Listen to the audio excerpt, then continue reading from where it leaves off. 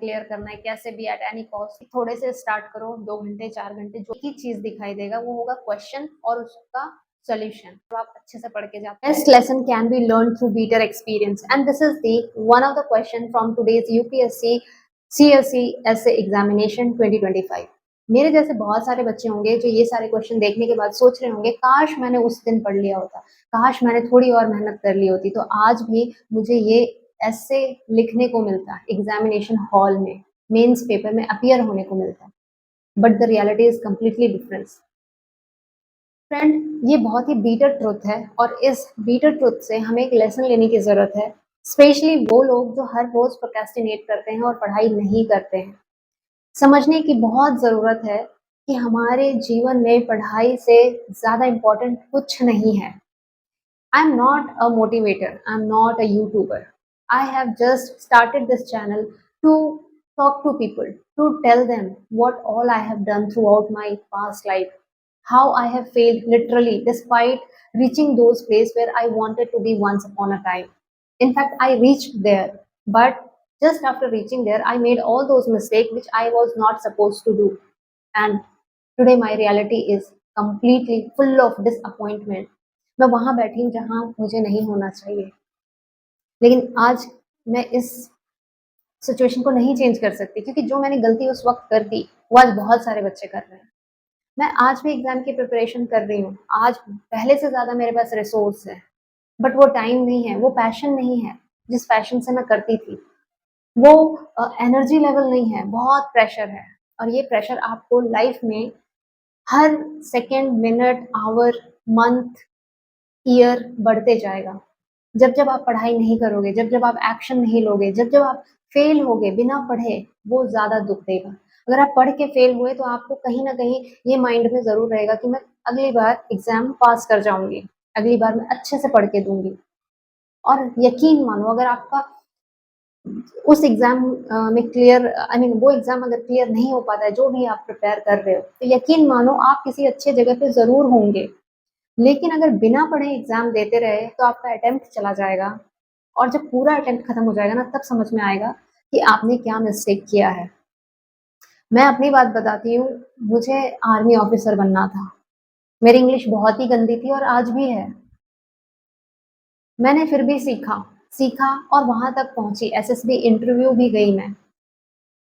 वहाँ जाके मुझे पता चला कि सिर्फ 2-3 सीट के लिए 4-5 हज़ार बच्चे आते हैं सेलेक्ट होके, ठीक है?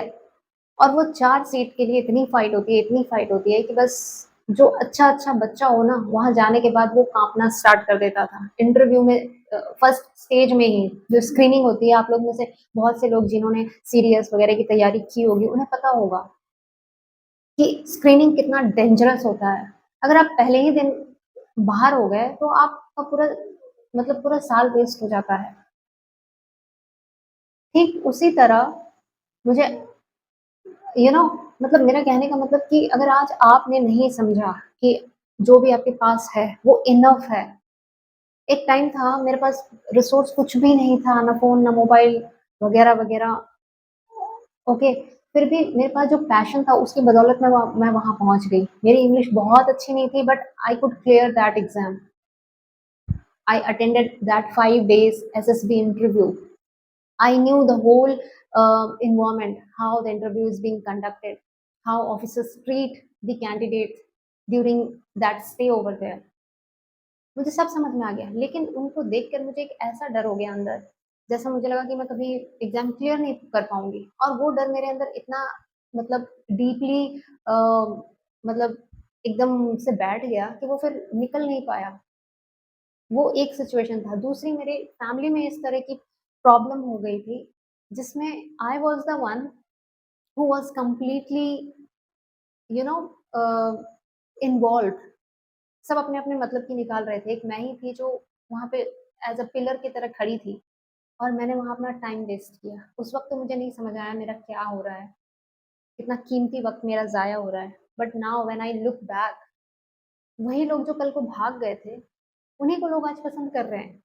और मुझे सुनाया जा रहा है कि तुमने क्या किया? तुम्हें इतना टाइम दिया, तुम पे इतने खर्च किए। मतलब मुँह से नहीं बोल रहे but indirectly they are showing everything they are telling कि तुमने क्या उखाड़ लिया?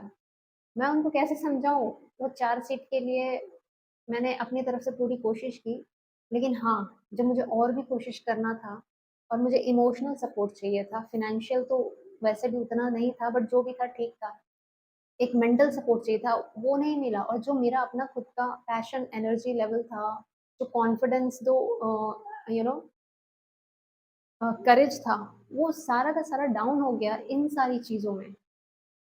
तो मैं ये इसलिए बता रही हूँ क्योंकि आज भी आप में से बहुत सारे स्टूडेंट हैं जो ये गलतियाँ कर रहे हैं। मैंने ये गलतियाँ इनसे सीख लिया बट अब ये उस तरह से इम्प्लीमेंट नहीं हो पा रहा क्योंकि जो मेरा मेंटल लेवल है मेंटल स्टेबिलिटी है, वो बहुत हद तक इतना मतलब हिल गया है कि अब वो हर छोटी-छोटी सिचुएशन में भी वहीं पे पहुँच जाता है, जहाँ पे बहुत सीवियर एंग्ज़ायटी हो जाती है किसी को और ये सिर्फ़ वही समझेगा जिसके साथ हुआ है, ये नॉर्मल लोग नहीं समझेंगे, ठीक है? जैसे हर नॉर्मल कैंडिडेट की, इंसान की अपनी-अपनी सिचुएशन होती है, अपनी-अपनी लाइफ़ होती है, वैसे ही एक डिप्रेशन में जी रहे इंसान की अपनी दुनिया हो जाती है।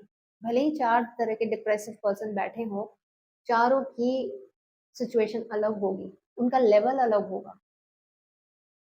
तो मेरा यहाँ पे स्टोरी नहीं बताना है कि मतलब एक स्टोरी तो मैं बता रही हूँ but not to gain sympathy and all. मैं बस इतना चाहती हूँ कि आज जितने भी स्टूडेंट जो बिगिनर हैं स्पेशली मैं उनसे ही कहना चाहती हूँ because I am as your Elder sister I can suggest you and I can also share my opinion, thoughts, experiences which have spoiled my life because of my mistakes and of course from others mistake as well because मैं हमेशा एक चीज़ कहती हूँ जब आप success होते हो तो बहुत लोगों की उसमें ब्लेसिंग होती है और सपोर्ट होता है यो चाहे वो पेरेंट्स हों आपके फ्रेंड्स हों जो बहुत लकी होते हैं वरना फ्रेंड्स तो ज़्यादातर तभी आपका साथ देते हैं जब आप उनसे नीचे हो जैसे ही आप उनसे ऊपर होते हो या इक्वल में आते हो उनको प्रॉब्लम होने लगती है तो पेरेंट्स के अलावा कोई लाइफ में नहीं होता है और कहीं-कहीं तो पेरेंट्स भी नहीं होते और एक टाइम के बाद पेरेंट्स होते भी हैं तो भी वो काम नहीं आते हैं, ठीक है? और आपको उनसे भी प्रॉब्लम होने लगेगी क्योंकि आप खुद में फाइट नहीं कर पाओगे, ठीक है? मैं ये कहना चाहती हूँ कि जो भी आपके पास है, ठीक है? तो जब आप सक्सेस होते हो जित आपके अकेले की सक्सेस नहीं होती, वैसे ही जब आप फेल होते हो, तो आप अकेले फेल नहीं होते हो, ना ही आप अकेले रिस्पॉन्सिबल हैं उसमें। उसमें बहुत सारे लोग रिस्पॉन्सिबल होते हैं, जो आपको फेल करवाते हैं। मैं ब उन बच्चों की बात नहीं कर रही जो एकदम पढ़ते ही नहीं और ना ही जिनका कोई गोल है लाइफ में। उनकी कर रही हूँ जो 1% भी चाहते हैं लाइफ में कुछ करना और बदलना और उसके लिए वो हर कम्फर्ट ज़ोन छोड़ देते हैं। अपना हर जो भी बोलते हैं ना उसको अपनी अच्छी चीज़ें अपना शौक भूल जाते हैं और उसके पीछे दौड़ते हैं। भले ही उनको पढ़ना आता हो, ना आता हो, लेकिन वो अपना सारा टाइम पढ़ाई में दे रहे हैं ताकि थोड़ा-थोड़ा करके कभी तो उस लेवल पे पहुँच जाएँ, ठीक है? और उसके बाद अगर वो फेल होता है, तो वहाँ सिर्फ़ वो अकेले फेल नहीं होते, उसके साथ और लोग भी फेल होते हैं, ठीक है? तो अगर आपको किसी ने फेल करवाया है, तो इसमें ये भी समझना है कि आपकी गलती से आप फेल नहीं हुए और लोग भी उसमें इन्वॉल्व होते हैं। मुझे जहाँ तक याद आ रहा है एक वेब सीरीज़ है जो आईएएस पे बेस्ड थी जिसमें बुरी नाम का होता है शायद। उस उससे पहले शायद उसके पहले की वेब सीरीज़ है या उसी से रिलेटेड है आई डोंट रिमेंबर जिसमें एक सर होते हैं जो आईएएस नहीं बन पाते हैं फिर वो उनके पड़ोस में या फिर मतलब फ्रेंड सर्कल में एक उनसे छोटी कोई एस्पिरेंट रहती है उसको वो हेल्प करते हैं अंगूठी देके क्योंकि उसके पे उसका फादर मतलब नहीं रह पाता और फिर उसके पास पैसे नहीं होते and then she became IFS if you remember I don't know उनका नाम क्या है तो वो फेल हो जाते हैं फिर वो पीसीएस ऑफिसर बनते हैं तो उनका एक डायलॉग है उनके एक फादर के साथ जब उनके जो पेरेंट्स हैं स्पेशली फादर ब्लेम करते हैं कि तुमको हमने हर चीज़ दिया, नहीं हमारी औकात थी फिर भी दिया और उसके बाद भी तुम क्लियर नहीं कर पाए एग्ज़ाम, ऑफ़िसर नहीं बन पाए। तो फिर वो बहुत यू नो अंदर से रोते हुए आत्मा से रोते हुए बोलता है कि अगर मैं ऑफ़िसर बन जाता, तो ये सबका सपना था और आज मैं नहीं बन पाया, तो ये सिर्फ़ मेरा सपना है। तो मतलब ये बहुत सही बात है, अगर आप बन गए तब तो सारे खुश होंगे, लेकिन आप नहीं बने तो सिर्फ़ आपको ब्लेम किया जाएगा and this thing I have experienced in my life तभी बोल रही हूँ और more than motivating, more than you know helping you out, I am just trying to share my own personal experience जो कहीं न कहीं फैमिली से जुड़ा है, एनवायरनमेंट से जुड़ा है and could be very helpful for you to understand your situation. अगर आप आज से कभी भी अपनी पढ़ाई को छोड़ के किसी और चीज़ पे फ़ोकस कर रहे हो, चाहे वो पेरेंट्स ही क्यों ना हो, कि वो बीमार हो गए उनके लिए मैं अपनी पढ़ाई छोड़ दूँगा या छोड़ दूँगी, लेकिन मैं अपने पेरेंट्स के साथ ज़रूर खड़ा रहूँगा, कोई फ़ायदा नहीं होगा इससे। आप पेरेंट्स के साथ खड़े भी रहोगे तो भी पेरेंट्स को बहुत दुःख होगा, अगर आप एग्ज़ाम क्लियर नहीं कर पाए और आपको तो होगा, अभी नहीं होगा लेकिन 10 साल, 5 साल के बाद होगा और इतना होगा ना कि जिस पेरेंट्स को बचाने के लिए आपने पढ़ाई डिस्टर्ब की थी, उसी पेरेंट्स को आप कर्स करोगे, ब्लेम करोगे कि तुम्हारी वज़ह से मैं नहीं पढ़ पाया और उस वक़्त उनको और तकलीफ़ होगी। तो इसीलिए एक चीज़ हमेशा याद रखना, जो मैं हमेशा बोलती हूँ और बोलते भी रहूँगी आगे भी, क्योंकि अच्छी चीज़ें बोलनी ही चाहिए, लोगों को बहुत देर में समझ में आती है, जो समझ गए उनके लिए कहीं न कहीं ये फ़ायदा पहुँचाती है, जो नहीं समझे तो उनको समझना ही नहीं था इसीलिए भी नहीं समझे।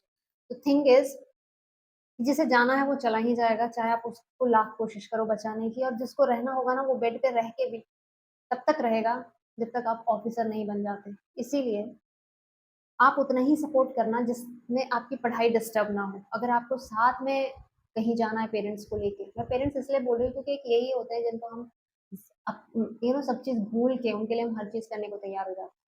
और जो पेरेंट्स ज़्यादा समझदार होंगे, वो आपका टाइम वैसे ही नहीं किल होने देंगे। वो किसी थर्ड पर्सन को ले जाना अ, सही समझेंगे ताकि आपका टाइम बचा रहे और आपकी पढ़ाई पे इम्पैक्ट नेगेटिव इम्पैक्ट ना हो। तो मेरे केस में ऐसा था, मेरी मॉम जो कि पहले से ही बीमार रहती थी और इसका क्रेडिट भी मेरी फैमिली को जाता है। फुल फैमिली क्या ही बताऊँ, फैमिली मतलब जब मैं बोलूँ तो मेरे दोनों पेरेंट्स, मेरे सिबलिंग्स जिन्हें केयर करना चाहिए था बट नहीं किया and all responsibility came over me and मैं इतनी इमोशनल हूँ कि मैंने अपनी पढ़ाई डिस्टर्ब की और हर वो एफर्ट लगा दिया कि मेरी मॉम ठीक रहें। मैं तो कोई नहीं होती हूँ ठीक करने वाली, जो है वो ऊपर वाले हैं, उन्होंने ही उनको जो भी किया है, जैसे भी रखा है ठीक है। बट द थिंग इज़ आज मुझे ये फ़ील होता है कि काश मैं इतना इन्वॉल्व नहीं हुई होती, काश मैंने इतना सैक्रिफाइस नहीं किया, इतना शो नहीं किया होता कि हाँ, जो हूँ मैं ही हूँ, मेरी वज़ह से आप ठीक हो या वग़ैरह-वग़ैरह। इसलिए मैं कह रही हूँ, ऐसा दिन ना आए आपके साथ, ऐसा आपके साथ ना हो इसलिए मैं ये अपनी स्टोरी थोड़ी-सी शेयर कर रही हूँ कि लाइफ़ में कभी भी ऐसा मौका आए जब आपको किसी की हेल्प करनी हो, ज़रूर करो, बिना हेल्प किए सेल्फ़िश का मतलब ये नहीं होता है कि एकदम मुँह मोड़ लेना किसी चीज़ से, जी नहीं। सेल्फ़िश होना ही नहीं है, सेल्फ़िश का कहीं भी आपकी लाइफ़ में डिक्शनरी में जगह नहीं होनी चाहिए, specially when it comes to your parents, okay, and your loved one और ये लव्ड वन कोई भी हो सकता है, आपके ब्रदर सिस्टर हो सकते हैं, आपका दोस्त हो सकता है, आपका कोई लव्ड वन चाहे पार्टनर है वो हो सकता है। पार्टनर का मतलब ये मैं नहीं कह रही कि पढ़ाई-लिखाई छोड़ के उसी के साथ चिपके रहो। पार्टनर वही है जो समझ रहा है कि अभी आपका करियर ज़रूरी है, चाहे वो लड़का हो या लड़की हो and he she will definitely help you to grow in life. He और she will never hold you back so that you get pulled down, okay? तो हमेशा ये ध्यान रखना कि उतना ही हेल्प करना जितना आप अपनी पढ़ाई को भी टाइम दे सको, ठीक है?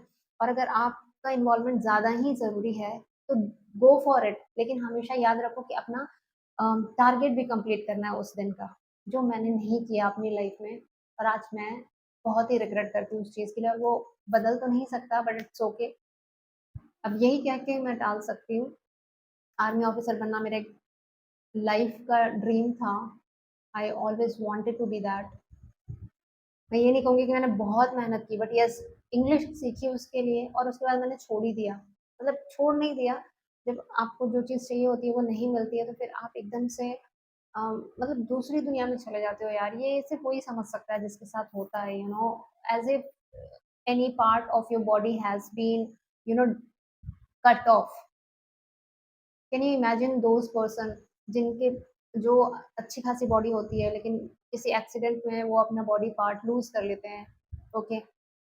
अरुणिमा रॉय आई गेस जो एक जो एवरेस्ट पे चढ़ी थी, वो स्पोर्ट्स में थी कहीं और कुछ उनका हाथापाई हो गया था ट्रेन में गुंडों से और उन्होंने उठा के उसको बाहर फेंक दिया था जिसकी वज़ह से उनका दोनों पैर ट्रेन से कट गया था। और उसके बाद she decided that she has to climb Mount Everest and she did it.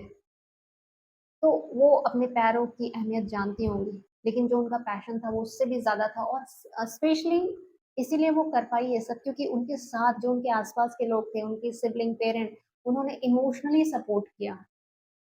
Financially तो शायद आप खुद भी इधर-उधर से पैसे करके बुक और रिसोर्स नोट्स वग़ैरह कलेक्ट कर सकते हो, लेकिन जो इमोशनली सपोर्ट होता है, वो तो आप किसी से ज़बरदस्ती नहीं गेन कर सकते ना। जब वो खुद ब खुद मिलने लगता है लोगों से, तब आपका जो पैशन है, उसका लेवल यहाँ से यहाँ हो जाता है और फिर आप खुद ही उस गोल को अचीव करने में अपना 100% लगा देते हो।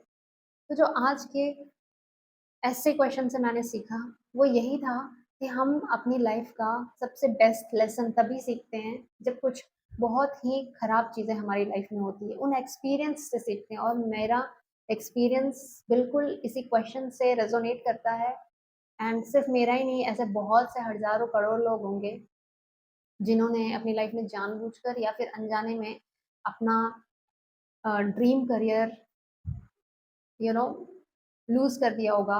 अम, वो चाहते तो वो बन सकते थे, मेरी तरह मैं भी चाहती तो बन सकती थी। हाँ, मैं अगर पढ़कर नहीं पास होती तो मुझे इतना गिल्ट नहीं होता जितना आज मुझे टाइम रहते, रिसोर्स रहते हुए मैंने पढ़ा नहीं और मैं उसमें क्वालीफाई नहीं कर पाई।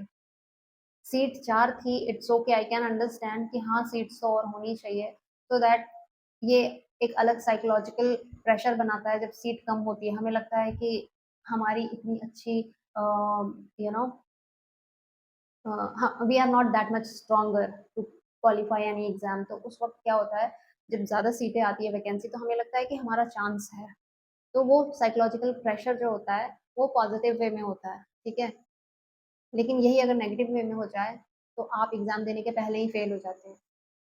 बट ये अब समझना है कि 4 आए, 40 आए या 400 आए, वैकेंसी जितनी भी आए मेरे लिए एक है और मुझे अपना बेस्ट देना है और जब आप अपना बेस्ट देकर जाओगे एग्ज़ाम हॉल में, तो आपको सिर्फ़ एक ही चीज़ दिखाई देगा, वो होगा क्वेश्चन और उसका सॉल्यूशन। उस टाइम आपको ये फ़ील नहीं होगा कि मुझे एग्ज़ाम पास करना है, क्लियर करना है, कैसे भी एट एनी कॉस्ट। ये सारी चीज़ें आती ही नहीं है दिमाग में जब आप अच्छे से पढ़ के जाते हैं और ये मैंने रियलाइज़ किया है, एक्सपीरियंस किया है। तो that's all for this video. मुझे ये शेयर करना था क्योंकि ऐसे बहुत से बच्चे हैं जो आज भी अपने फैमिली मेंबर, फ्रेंडशिप और भी बेवजह की चीज़ों में फँसे हुए हैं और यूपीएससी का सिर्फ एग्ज़ाम का टैग ले रखा है कि मैं इसकी तैयारी कर रहा हूँ और कर रही हूँ। But every day they are failing to complete their daily target and not even achieving 40 to 45%, and this is the worst thing।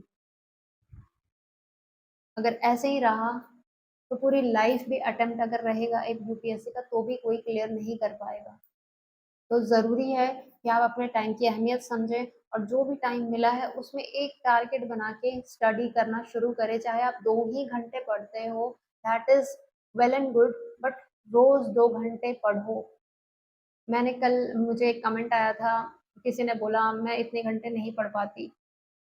तो मेरा सजेशन यही है, मैं सजेशन देने वाली कोई नहीं हूँ, I am also learner, I am also you know trying to overcome my depressive situation जिसमें मैं बहुत सालों तक रही हूँ। तो मैं बस इतना बोल सकती हूँ कि थोड़े से स्टार्ट करो, 2 घंटे, 4 घंटे जो भी फिक्स टाइम करो उसको और रोज़ इतना पहले 1 वीक तक आप दो daily and then try to increase it gradually. And then one day you will see that you are able to manage your time and everything in a very well way. Okay, so that's all for this video. Thank you, bye, and keep studying hard.